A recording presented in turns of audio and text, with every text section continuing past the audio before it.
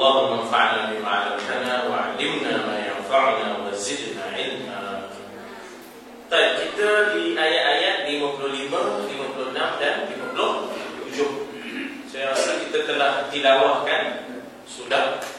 Kemudian kita dah lihat perkataan demi perkataannya tiga-tiga ayat ni kan, InsyaAllah. Jadi hari ini kita nak lihatlah bagaimana komentar ataupun pandangan-pandangan yang dikemukakan oleh Maulana Abdullah Yusuf Adi terhadap ayat-ayat ini yang telah diterjemahkan oleh almarhum Ustaz Osman Muhammad ini di dalam tafsirannya, insyaAllah.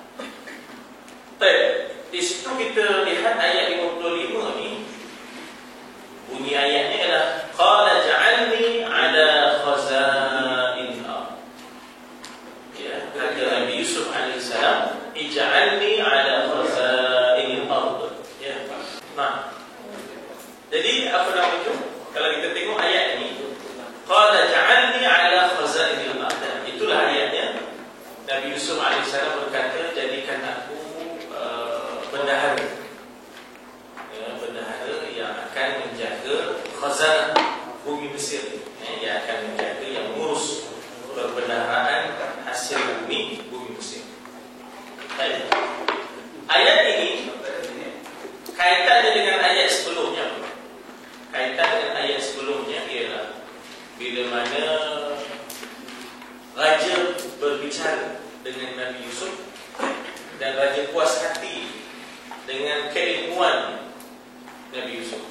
Kalau kita tengok ayat sebelum ni, katanya falamma kallama, maknanya bila raja mula bercakap dengan Yusuf dan puas hati. Kalau ibarat kita kata temu duga lah, ya, ibarat kita kata temu duga. Raja masa itu sebenarnya minta daripada Nabi Yusuf menjelaskan tentang raja nak dengar sendiri daripada mulut Nabi Yusuf takbir mimpi. Sebab sebelum ni raja dengar dia takbir mimpi tu, tapi melalui utusan. Sehingganya maknanya terpesonanya raja dengan takbir mimpi itulah. Sehingganya dia minta supaya keluarkan Nabi Yusuf daripada penjara kan. Tapi Nabi Yusuf pula tak mau keluar mentah begitu je. Dia minta namanya dibersihkan dengan diambil keterangan semula daripada wanita-wanita yang maknanya terlibat dalam peristiwa yang menggemparkan negara. Dan jadi bila Nabi Yusuf keluar, raja masa itu test balik apa yang Nabi Yusuf takbir, apa yang Nabi Yusuf sebut dalam soal mimpi, takbir mimpi itu. Jadi dijelaskan satu persatu, seolah-olahnya macam Nabi Yusuf ni nampak mimpi. Bagaimana sungai Nil, ya, bagaimana kering sungai Nil, ekoran kemarau keluar daripada sungai Nil itu, 7 ekor lembu-lembu yang kurus, ya. Jadi semua tu Nabi Yusuf ceritakan balik satu demi satu mimpi, ya, yang dilihat oleh raja tadi. Siapa nama? Walid Ibn Rayyan, ya. Jadi itu yang raja cukup kata, maknanya memang benar keilmuan yang ada pada Nabi Yusuf. Di samping itu, raja akhirnya sudah cukup percaya kepada beliau lantaran Nabi Yusuf alaihissalam ini tabah, berdepan dengan tekanan-tekanan, ya, kezaliman, kejahatan, ya, orang pada dia daripada sedari kecilnya lagi dicampak dalam telaga, dikurung dalam penjara, semuanya itu. Jadi bagi raja ini cukup bagi bekalan, ya, bekalan untuk menjadi orang yang maknanya boleh kental berdepan dengan maknanya apa juga kemungkinan dia sabar. Di penjara pula dia berlaku baik kepada ahli penjara. Ini sampai kepada raja, ya, ada sampai kepada raja bagaimana dia berlaku ihsan, dipanggil muhsinin, ya, dipanggil muhsinin, berlaku baik kepada ahli penjara, ya, sabarnya dia di dalam penjara, ya, amanahnya dia dalam soal berdepan dengan godaan-godaan wanita-wanita ataupun godaan Zulaikha, sabarnya dia, amanahnya dia dengan tuannya Al-Aziz. Jadi semua itu maknanya dalam pengetahuan raja. Sudahnya raja dapat buat kesimpulan, ya dah. Raja dapat buat kesimpulan, maknanya Yusuf bukan jalan-jalan doang, maknanya dia mempunyai integriti, dia mempunyai kekuatan pribadi yang luar biasa, ya. Sampai akhirnya raja buat keputusan bahawa Yusuf kalau begitu ladaina makilun, maknanya kalau begitu engkau wahai Yusuf, qala innaka al-yawm, hari ini, maknanya tak lama, ya, tak lama selepas itu Yusuf itu sudah dianggap orang yang di sisi raja, ya, orang yang di sisi raja, maknanya orang raja lah kira-kira, ya, orang raja, orang kanan lah kira-kira. Ladaina makinun aminun, ya, dalam keadaan yang stabil, dalam keadaan pangkat yang tinggi, yang dipercayai pula, ya, maknanya kuasa penuh diberikan kepada Yusuf AS. Jadi Yusuf tidaklah terus minta, ya. Dalam dialog dengan raja ni, raja nampak Yusuf memberikan jalan keluar kepada krisis ekonomi. Caranya menabungnya macam mana, stoknya macam mana, ya tak? Nak belanja macam mana, bagaimana perenggan-perenggannya. Tapi raja bertanya, siapa yang boleh tolong? Siapa yang boleh mengendalikan benda? Ya, siapa yang boleh mengendalikan benda? Ternyata bahawa di kalangan rakyatnya tak ada yang berani untuk mengendalikan krisis ini, untuk maknanya menanganinya, untuk mengurusnya, mengurus Mesir, ya. Barulah timbul qala ij'alni ala khazainil ardh, ya, barulah timbul itu ayat 55. Dia tak ada menolong, dia minta begitu, tidak menolong, ya, maknanya tidak terus minta begitu, tidak. Tapi setelah dia membentangkan apakah package yang dia kemukakan itu, raja masih offer lagi kepada khalayak, siapa boleh tolong menguruskan Mesir untuk berdepan dengan keadaan ini dengan formula yang dikemukakan oleh Nabi Yusuf itu. Siapa? Ya, semua diam, tak berani. Semua diam dan tak berani offer dirinya untuk mengurus, ya, untuk mengurus Mesir bagi berdepan dengan keadaan 7 tahun makmur, 7 tahun kemarau. Begitulah maka akhirnya Nabi Yusuf mengambil pendekatan kerana tak ada semua orang boleh, tak ada yang boleh, tak ada yang berani. Ij'alni ala khazainil ardh, jadikanlah saya kalau begitu, bagilah saya kalau begitu, ya dah.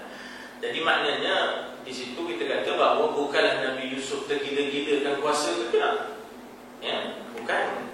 Nabi Yusuf tidak tergila-gila kuasa, sebab gila kuasa itu sesuatu yang madmumah, tidak sesuatu yang madmumah, sesuatu yang tercela. Meminta-minta jawatan sesuatu yang tercela. Tapi di sini Nabi Yusuf melihat bahawa dia bertanggungjawab membantu supaya selamat Mesir dan ahli Mesir, ya, selamatlah negara dan ahlinya daripada musibah ini, daripada krisis ini. Jadi disitulah dia sebut ini, ya, dia kata nanti dalam ayat itu, ini hafizun. Masa tengah makmur tu, saya boleh pelihara kekayaan. Tak ada pula akan moncok. Moncok ni maknanya mewah, ya tak? Membazir dengan bermewah-mewah, ya tak? Sebab ada sifat hafiz, saya boleh jaga, saya boleh pelihara. Ada, bukan semua nanti kita akan belajarkan, ya. Ada benda yang perlu disimpan, ada yang kena ada saving, kena ada preservation, kena ada usaha untuk menabung, kena ada dipanggil prudent expenditure, ya, kena ada apa disebut sebagai berbelanja dengan cara berhemat. Dan alim, aku tahu, maknanya pandai tahu, wahai tuanku, bilakah saatnya nanti apakah petanda-petanda akan datangnya krisis itu. Dia bermula dengan tidak ada hujan, diikuti dengan keringnya sungai ini sampai nampak hitam-hitam. Tapi sungai ini tentu memang ada, ya, dia punya sampai sekarang dia punya dasarnya hitam dasarnya, ya, masyuk hitam, masyuk hitam, ya. Jadi bila dikering itu nampak hitam, ya Allah, tentu nak nampak kan. Ikan pun kehitam-hitam. Jadi kita nak pergi pun jadi tak mampu sangat nak pergi. Kenapa? Dia kopikan sepat dah, ya. Sepat tu, ya, kopikan sepat tu sejak kita gorengnya, ya. Tapi ikan sungai ni ialah maknanya hitam gitu, ya. Jadi dia tu tak mampu sangat kita nak pergi. Tak ada berapa kita pergi, ya. Dan Mesir ni yang banyak kita jumpa ikan sekerat tu. Ikan Nabi Musa dia berbagi ikan Nabi Musa. Ikan sebelah, ikan sekerat, ikan mati, ikan sekerat, ya tak? Ikan sebelah, ikan sebelah. Tapi kita ada di sini, ya. Ada, banyak, kan? Jadi yang kami banyak sekali bukan ikan sebelah, banyak tu, besar-besar. Boleh beli banyak, ada ikan sebelah, ada. Ikan Nabi Musa, dia berbagi ikan Nabi Musa. Pasal gambar saya cerita Nabi Musa dengan Khidir tu lah. Kan? Cerita yang ikan tu lah, ya. Cerita yang ikan sebelah troja, sebelah hijau, ya. Sebelah troja, sebelah hijau, ya. Jadi maknanya di situ apa nama tadi? Dia tahu petanda-petanda itu dipanggil alim. Alimnya dia tentang akan bakal berlaku kemarau tu bila ada petanda-petanda, ya. Bila mana datang rasa lapar tu tiba-tiba datang, ya, lapar. Yang mula-mula rasa lapar tu haji, makan lapar. Itu antaranya, ya. Bila raja mengadu pada dia, macam mana ni? Macam mana ni tuan bendahara, ya? Bendahara, ya. Macam mana ni makan apa? Itu dah mula dah tu, tuan-tuan. Makan apa dia tu, itu mula dah tu. Itu dah tanda nak mula dah tu kemarau kita ni, ya. Mula dah tanda kemarau kita ni, ya. Jadi benda-benda itu alim. Nabi Yusuf itu ada ilmunya tentang benda-benda yang bakal berlaku. Jadi artinya tuan-tuan memanglah meminta-minta sesuatu yang tercela dalam soal jawatan. Tapi kalau ianya sudah diperlukan demi menyelamatkan, demi untuk mengembangkan kebaikan, maka ketika itu tidak lagi tercela. Ketika itu ada masanya suatu kewajipan dan keperluan demi menyelamatkan keadaan, ya.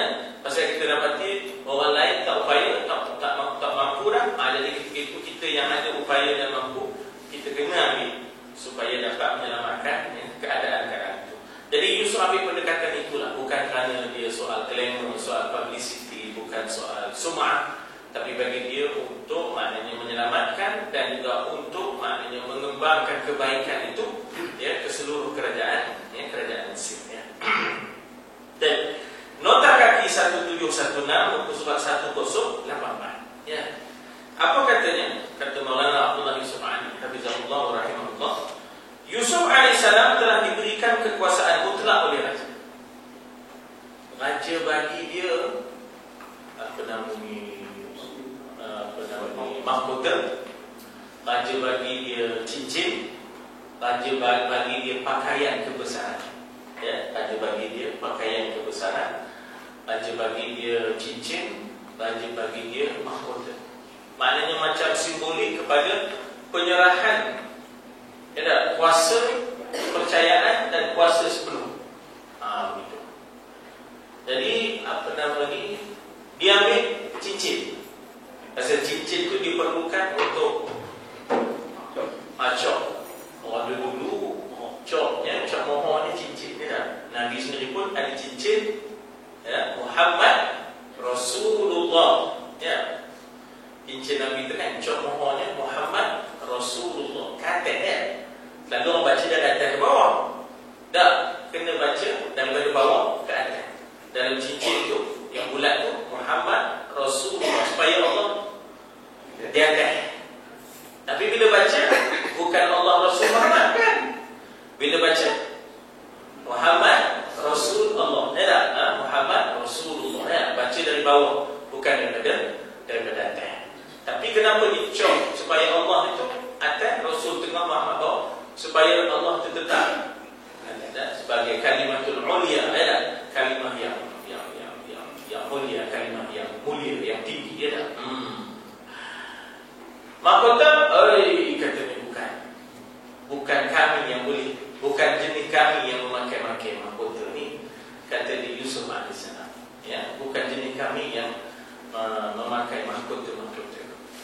Pakaian bukan juga kami ini keturunan Nabi, kami tak memakai pakaian kebesaran, ya. Kami ini keturunan Nabi, kami tak memakai pakaian kebesaran, ya. Bagi kami yang besar itu hanya Allah Subhanahu wa Ta'ala. Jadi tuan-tuan dan puan, kadang kita ni apa, pakaian ini dia boleh mempengaruhi, kan? Pakaian ini boleh mempengaruhi. Kalau dah hitam dia, cuma mata hitam, turun-turun kereta pun hitam, lain sikit rasanya, ya. Lain sikit, kan? Kereta Camry hitam, contoh, kan? Bajunya atas bawah hitam, keluar cuma mata hitam, kan?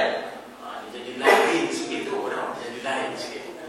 Jadi bukan tak boleh pakaian kebesaran ini, bukan tak boleh. Tapi jangan sampai dia membawa keburukan kepada kita. Jangan sampai dia membawa keburukan, mempengaruhi, ya, kita punya peribadi hingga kita tak sedar diri, kan? Macam Melayu dapat nektar, naik pot sayur, kan? Tak mahu dapat sayur, kan? Orang Melayu dapat nektar, naik pot sayur. Mak dengan baik, kan? Habis hati ke tak? Mika mana, pergi kerja, apa lagi? Awak dah kerja government dah, maksudnya. Itu Mika pakai nektar tu dah. Tapi tak lagi lebihnya, apa ya? Jadi kadang-kadang dah jadi sekerat putih, sekerat lain. Bila dapat pakai nektar tu, udah dah jadi sekerat putih, sekerat lain ke tak?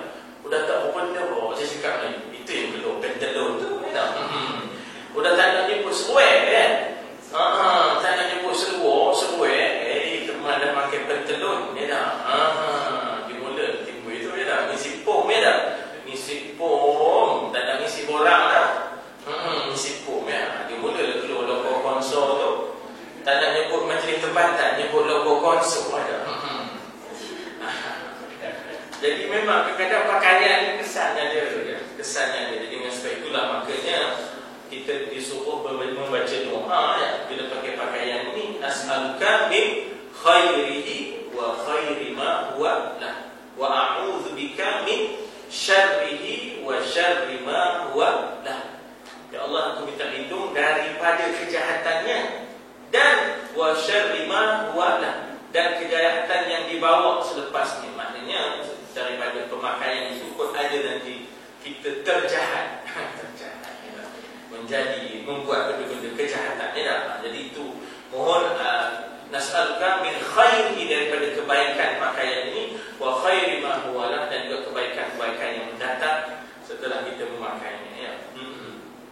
Jadi Yusuf AS telah diberikan kekuasaan mutlak oleh raja tadi, dengan pakaian kebesaran, dengan cincin kerajaan dan juga mahkota. Lalu dia menolak mahkota dan juga pakaian kebesaran, tetapi dia memilih hanya khatam ataupun cincin, kerana itu keperluan-keperluan, ya, sebagai pemerintah, ya. Baginda berpeluang untuk mengecapi nikmat. Kalau ada vested interest, ya tak? Kalau dia kepentingan ada keinginan untuk diri dia, boleh saja, sebab dia sudah memegang, maknanya tampuk yang sangat penting sebagai bendahara, sebagai orang yang maknanya penting dalam kerajaan. Tapi dia sendiri pun lapor pasal orang lapor. Masa orang lapor tu dia pun lapor. Orang kata macam mana dia lapor, ya tak? Pasal dia ada stok, dia nyimpan barang-barang tu, nak nanok, nak apa semua boleh, ya tak? Nak buat apa, nak buat ini, dia kata saya tak ada kenyang, nanti saya saya tak ada kenyang sebab nanti saya lupa orang sedang lapar. Ini dia cerita ya tak? Dia tak mahu ya, pemerintah suruh rakyat ni ikat perut. Pemerintah ni tiba-tiba memang ya tak mahu ya. Ya tak? Beli kereta sampai itu lah tu dah. Jadi tak mahu yang begitu ya tak? MCM 1 sampai MCM 11 kereta ya tak? Kerajaan dengan membida pelik sampai 200,000 lebih daripada duit. Kalau benda-benda orang itu tu ya tak? Jadi tak boleh orang itu. Orang lain teruk, orang bodoh kau. Berapa getah sekarang ni? RM1? RM2.30 ya tak? Jadi maknanya jangan orang itu orang tengah teruk, mereka nak bermacam, tak boleh. Ya tak? Tak boleh orang itu. Ya tak? Jadi Yusuf boleh mengambil peluang mengecapi nikmat daripada jawatan ini ya, menerima gaji, meletakkan kerja yang berat ya, dan tidak disukai di atas bahu orang lain, menyimpan untuk dirinya kehebatan, kecemerlangan. Tetapi itu bukan resmi hidupnya, itu bukan kebiasaan dia ya tak? Bagi dia, maknanya kita kata bahawa penderitaan rakyat itulah, maknanya bagi dia akan bersama ya tak? Bersama dengan kesusahan rakyat. Dia tidak akan rasa selesa selagi rakyatnya tidak selesa ya tak? Jadi dia bersama dengan maknanya penderitaan ya, penderitaan rakyat. Jadi dia tak ambil kesempatan daripada tugas tersebut. Sebab lagipun dia ambil tugas itu atas tugas kenabian. Sebab Nabi kan disuruh innallaha ya'muru bil 'adli wal ihsan. Jadi barangkali untuk berlaku adil supaya harta kekayaan ini diagihkan dengan peluang yang sama rata ya, dengan peluang yang sama rata dan saksa. Jadi itu antara tugas kenabian. Dia mengambil jawatan itu, meminta jawatan itu bukan kerana kemasyhuran ke ya, keistimewaan ke, tapi sebab itu di antara tanggungjawab Rasul itu ialah ya'muru bil 'adli wal ihsan wa ita'i dzil qurba ya. Atas dasar berlaku adil dan ihsan, maka atas dasar itulah dia mengambil jawatan itu, katanya menjalankan tugas berkhidmat sesungguhnya. Perkataan khidmat daripada khadam, kha ya, kha dal mim, dari situlah khidmah, dan dari situlah timbulnya khadam. Sebab itulah dikatakan sayyidul qaum khadimuhum, sayyidul qaum khadimuhum. Jadi apa daripada khidmah itu daripada khadam, kha dal mim. Jadi kalau kha dal mim tambah ta marbutah jadi khidmah. Khidmat kata kita. Ya, kata khidmat. Dan daripada situlah timbulnya perkataan khadam. Khadam, khadim, khadam, ya tak?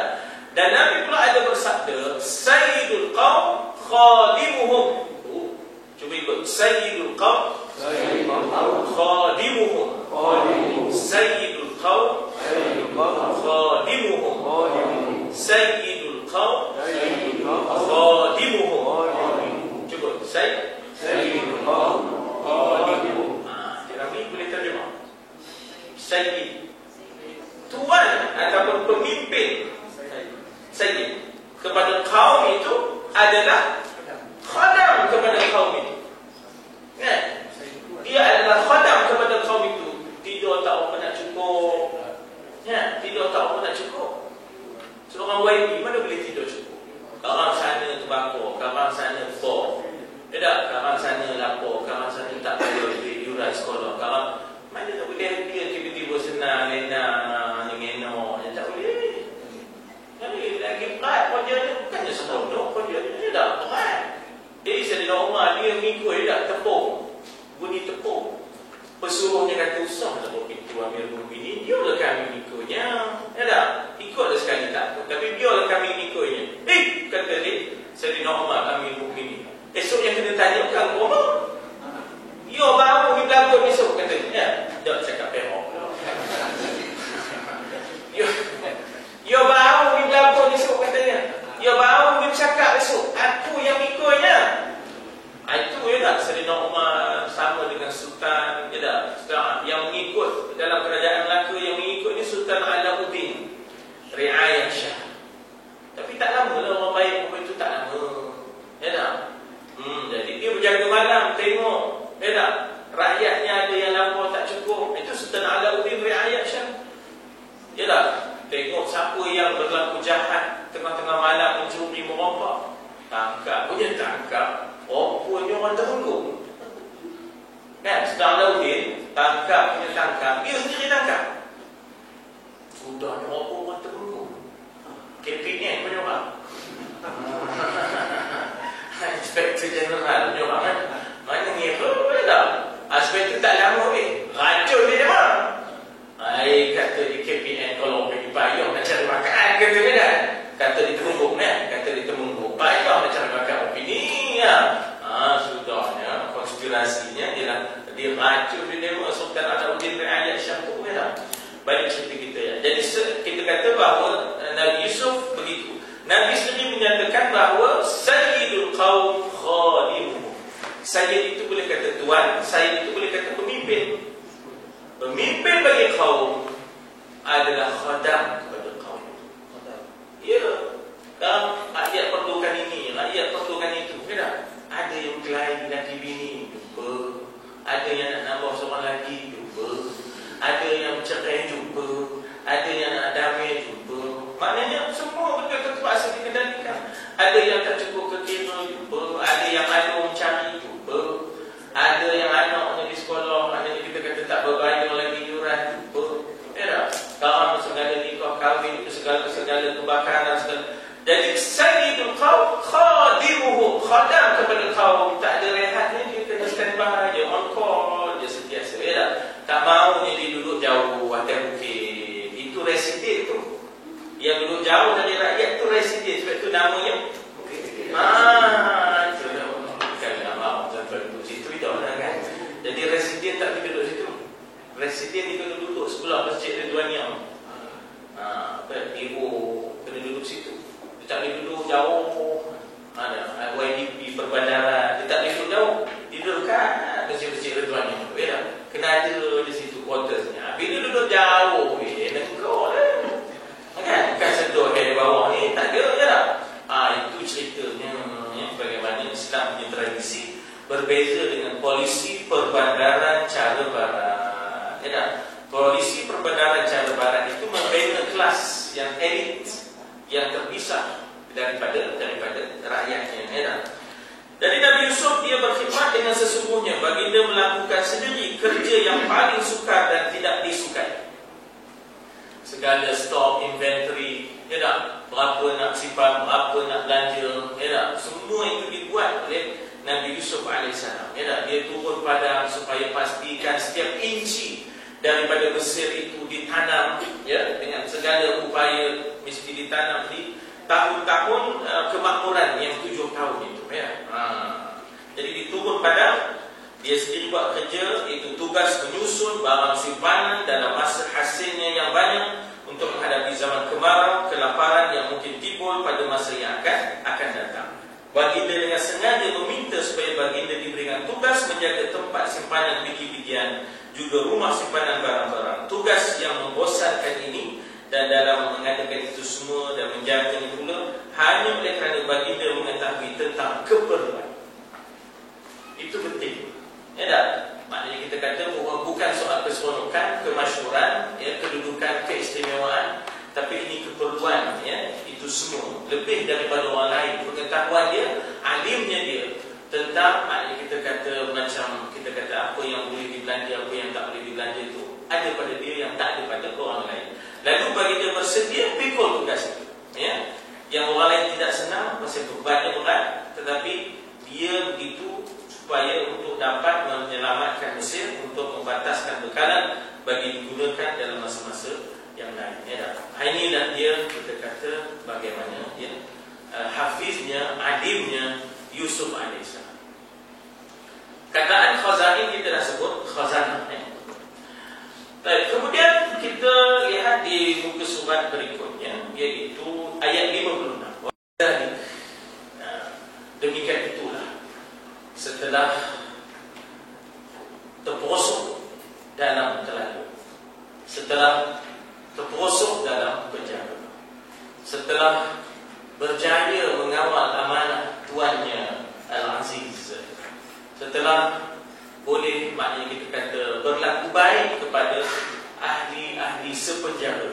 Semuanya itu, apa dia punya gantinya? Makanna li Yusuf. Apanya ya? Untuk mendapat tempat yang mulia, ada mahalnya, ya tak? Untuk dapat tempat dan kedudukan yang dimuliakan Allah, ya, ada mahal yang mesti kita bayar, ya. Dah mati jam 5.54. Ini jam 5.55 ni. Jam ini lagi. Berapa lagi nanti ni? Hidup. Hidup tapi bateri lemah, ya. Jadi maknanya kadzalika, demikianlah caranya Allah nak angkat seseorang. Caranya rupanya setelah ada ujian, mihnah, fitnah, ya tak? Dugaan-dugaan yang terpaksa diterima, Allah nak angkat dia. Cara Allah nak mengangkat kemuliaan, nak dapat boleh kedudukan maqaman mahmuda, darajatan aliyatan rafi'ah, itu dia tak boleh dapat mudah, ya tak? Dia mesti daripada kesusahan, ya, dia mesti daripada kesusahan. Sebab itu kita kan ramai orang jadi ketua, tapi tak semua ketua itu pemimpin, ya.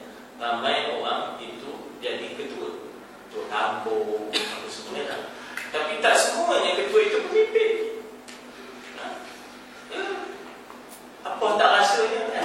Apa tak rasanya? Pemimpin sebenarnya bukan lahir daripada orang-orang yang duduk dalam bilik yang berhawa dingin, bukan. Pemimpin bukan orang yang asyiknya bajunya masuk darab, ya. Pemimpin bukan hanya datang untuk meresmi dia, ya, dan pecah tanah dia. Ya, pemimpin itu datang semasa pecah tanahnya, ya, dan semasa membuat projanya, kena bermalam bersamanya, ya.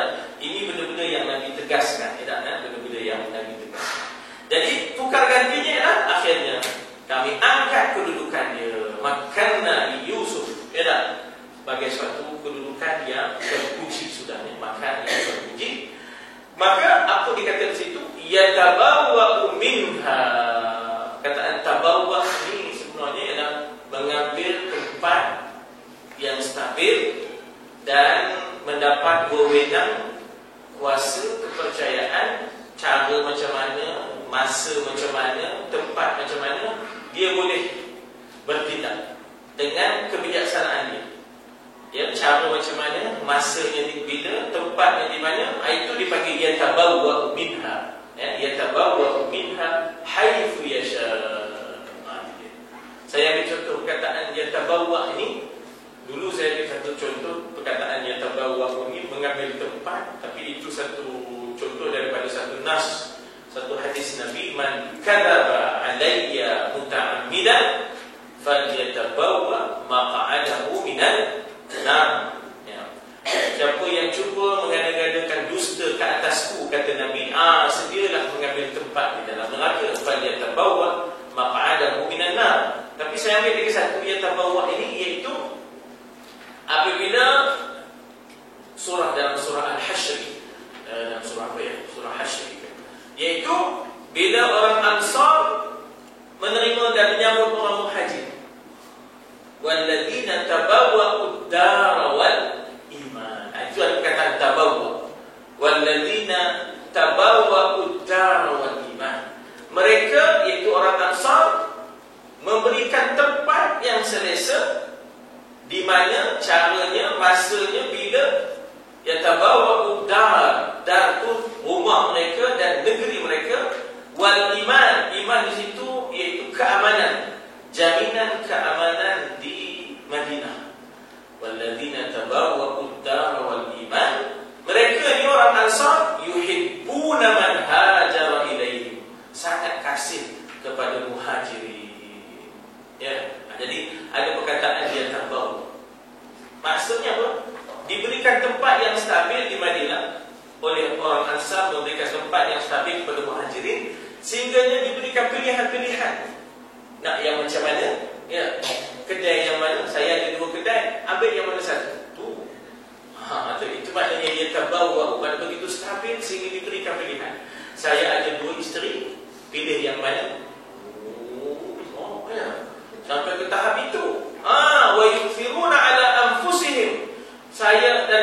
sanggup mengedepikan, ya, yufiruna ala anfusihim, kepentingan diri itu mereka ketepikan, ya, lantaran kasihnya kepada sahabat Muhajirin. Wa yufiruna ala anfusihim walau kana bihim khassasah. Walaupun perkara-perkara yang sifatnya privacy, ya, sifat-sifat yang sangat bersendirian, personal pun diberikan wewenang kepada sahabat Muhajirin. Nah, ini yang perkataan tabawu. Jadi saya tak apa nak kaitkan dengan bagaimana Nabi Yusuf itu tadi. Raja bagi dia, yalah, ruang yang sangat luas untuk dia bertindak apa juga.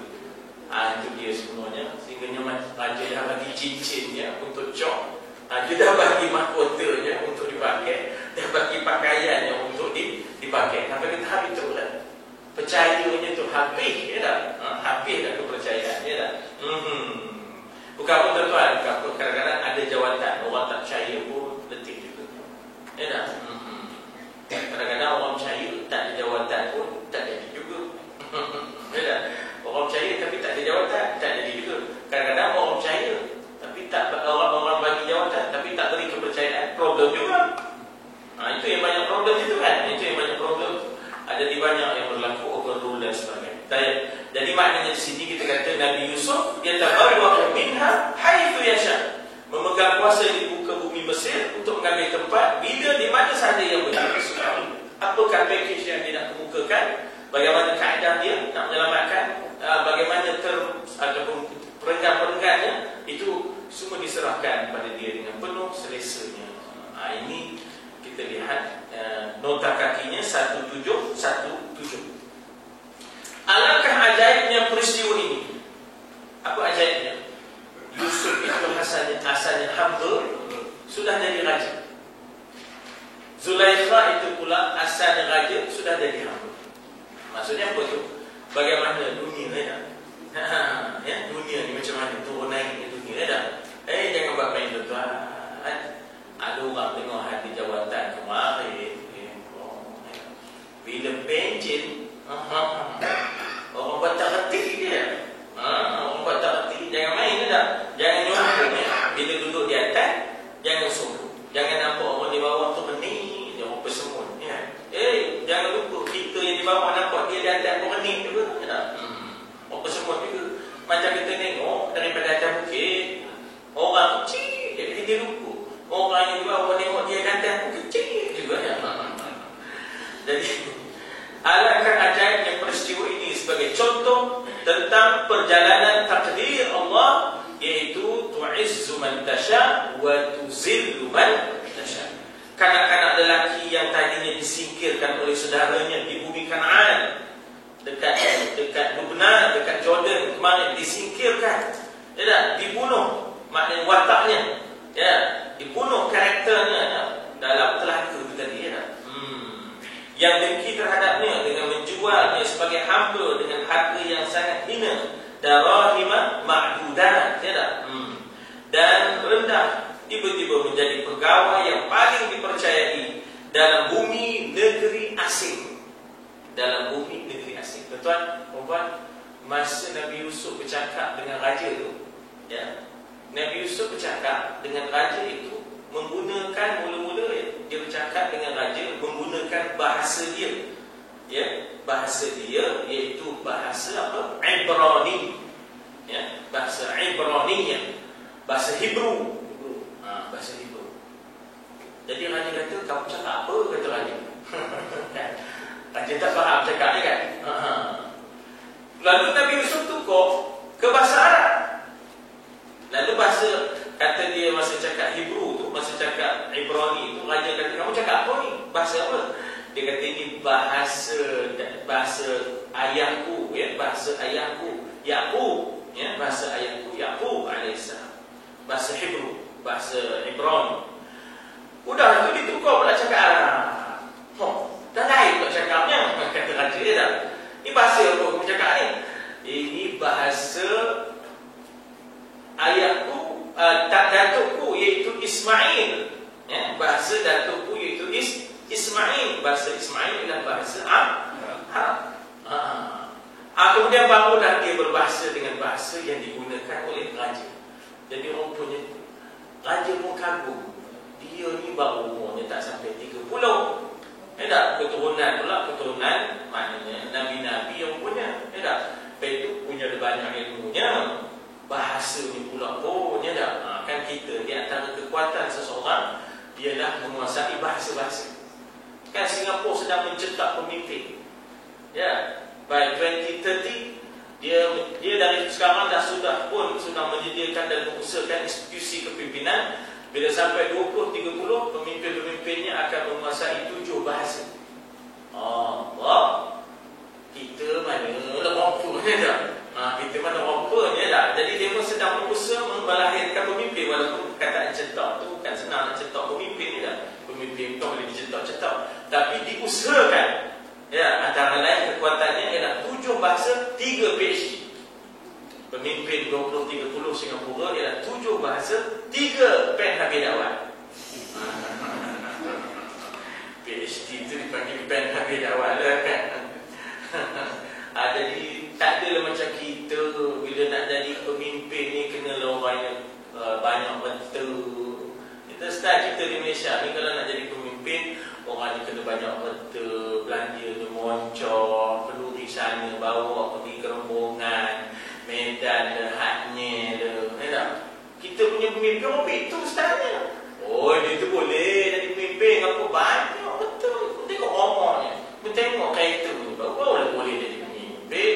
Ini sengkit, dia benar merokok jadi pemimpin. Sengkit ni apa ya? Tulis dia sengkit dia. Ini masalah mentaliti kita di Malaysia. Ini mentaliti orang di Malaysia nak jadi pemimpin itu mesti yang punya harta, punya kekayaan, boleh bawa makanan ke sana Jakarta. Oh, yang seronok bawa makanan ke Mekah, kita seronok tu. Ya Allah, ada kautnya banyak weh, jangan ada kautnya ya.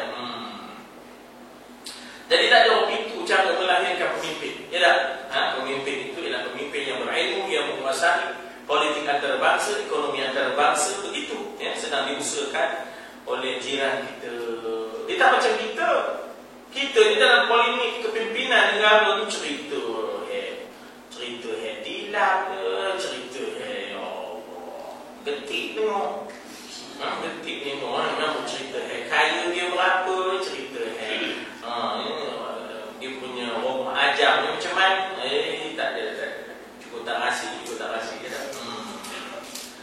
Jadi dikatakan apa di situ? Ketua menteri dalam sebuah negeri besar daripada negeri-negeri yang terbesar dalam dunia pada zaman itu. Dan ini berlaku bukan saja bagi dirinya sendiri saja, tetapi bagi seluruh keluarganya.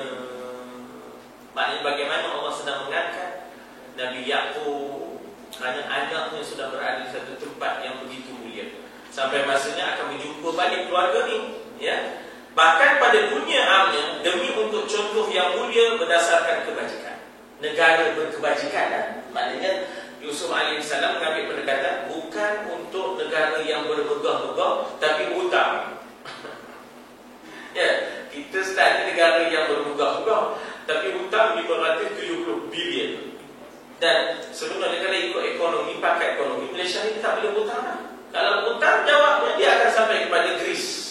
Macam maknanya Greece itu Mufis. Jadi tak boleh dah, kita tak boleh hutang dah. Sebab hutang yang ada, hutang-hutang dengan defisitnya dan sebagainya ya dah. Jadi dengan sebab itulah ya, dia mengambil pendekatan iaitu berdasarkan kebajikan serta perkhidmatan yang sungguh-sungguh.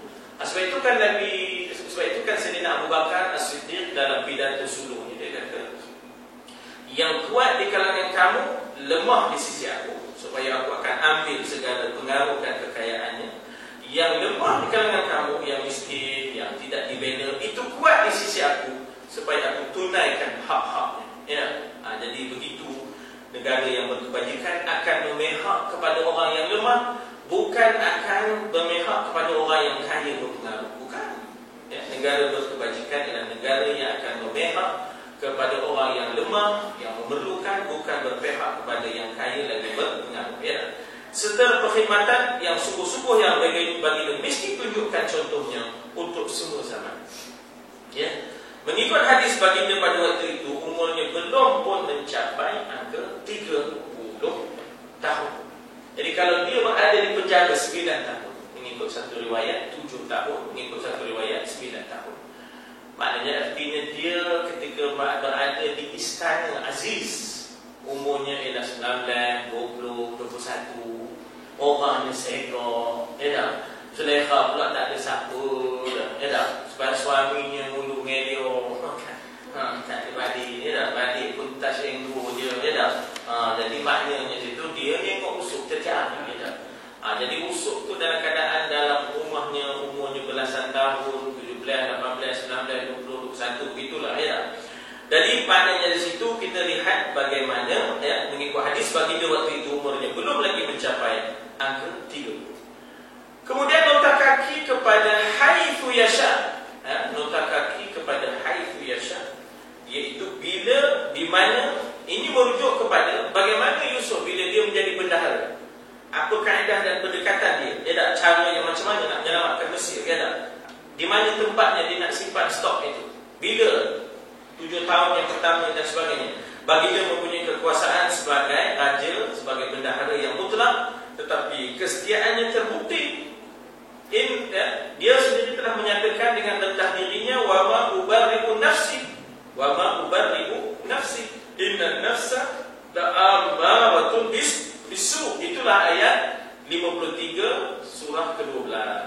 Kalau tuan-tuan tengok dalam bracket tu, surah ke-12 tu surah Yusuf lah. Ayat 53 tu yang ayat yang kita dah baca, wa ma ubarri'u nafsi, inna nafsa la'ammaratun bisu. Aku tak boleh harap pada diri aku, sebab nafsuku ini sangat mengajak kepada kejahatan. Jadi dengan dia merendah diri itu, maka layaklah dia untuk diberikan kepercayaan dan tidaklah dinafikan dan dipertikaikan kesetiaan. Terbukti dengan ayat wa ma ubarri'u nafsi. Jadi kuasa-kuasa itu bukan untuk kepentingan diri, tapi demi untuk menjayakan perkhidmatan, bukan untuk kepentingan diri. Orang gempor Tan Sri Khalid Ibrahim ni kedekut, payah nak dapat projek. Tapi tuan-tuan dan puan, sebenarnya yang jenis bermocah-mocah, mewah-mewah dia yang banyak utang.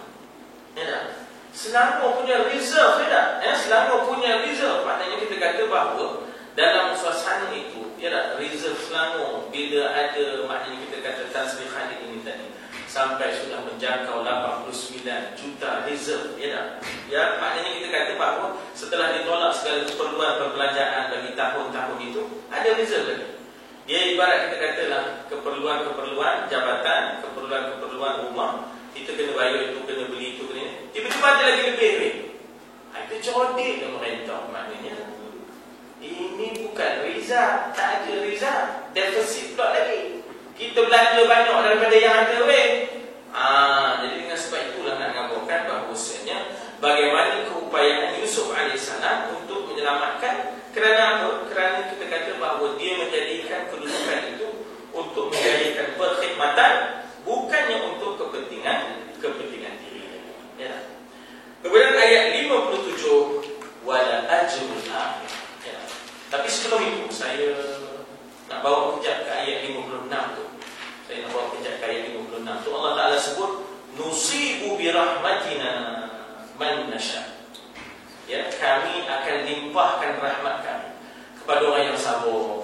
Yusuf ni punya sabar manusia.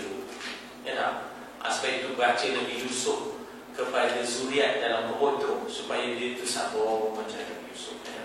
Yusuf ni punya amanahnya dia terhadap Aziz tuannya, tidak dia curang kepada Zulaikha. Jadi supaya budak ini mempunyai maruah yang tinggi bila dia membesar. Maksudnya bila dibacakan kepada, maknanya janin dalam perut itu. Bukan hanya nak kira lawa. Orang baca Yusuf, kenapa biar anak Yusuf lawa pun penceresan di waktu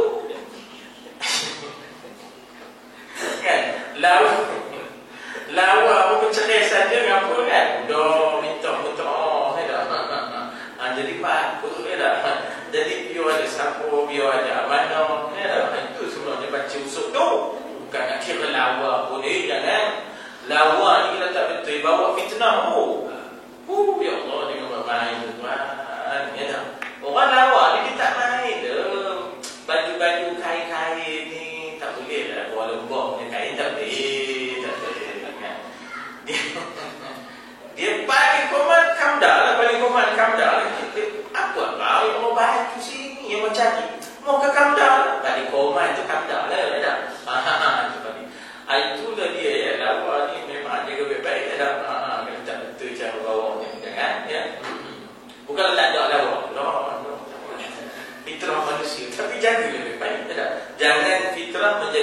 fitnah. Ya, jangan fitrah menjadi fitnah. Ya.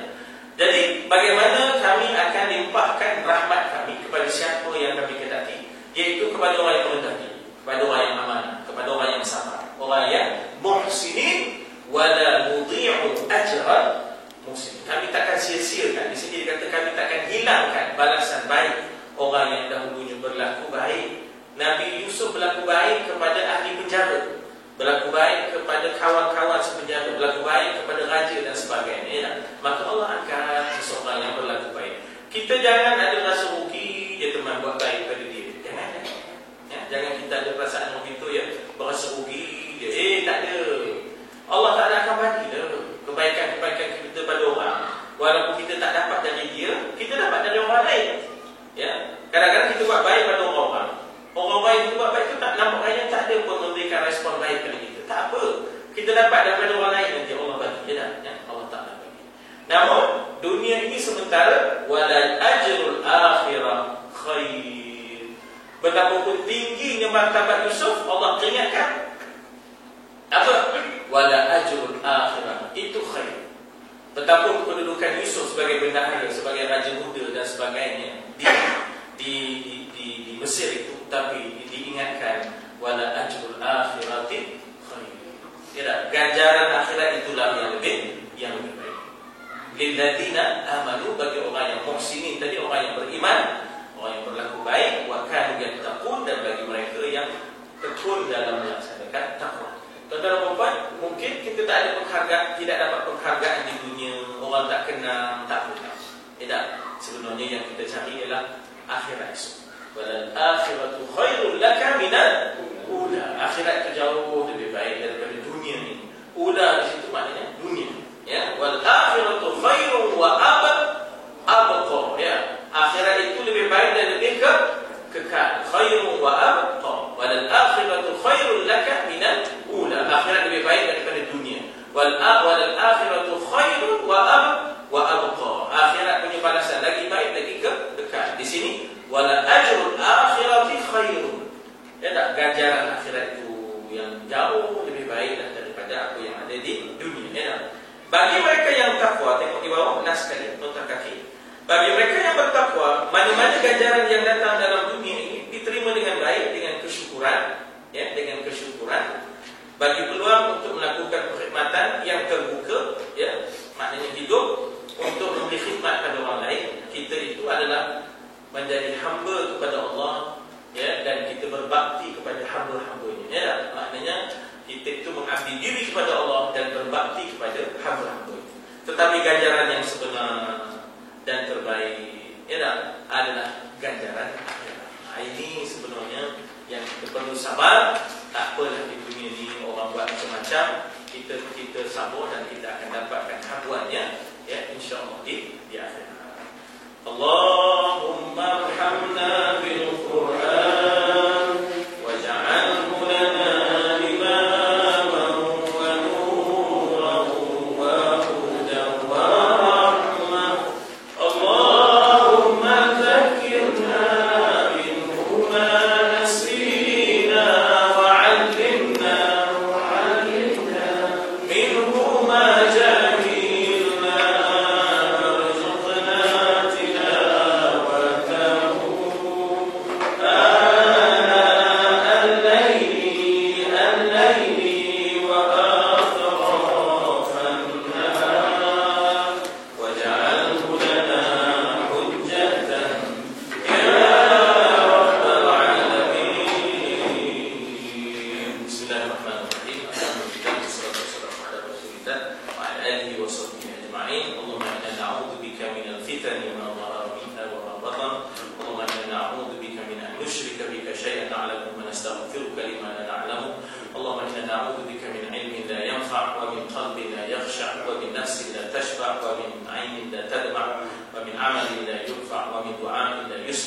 اللهم ربنا آتنا في الدنيا حسنة وفي الآخرة حسنة وقنا عذاب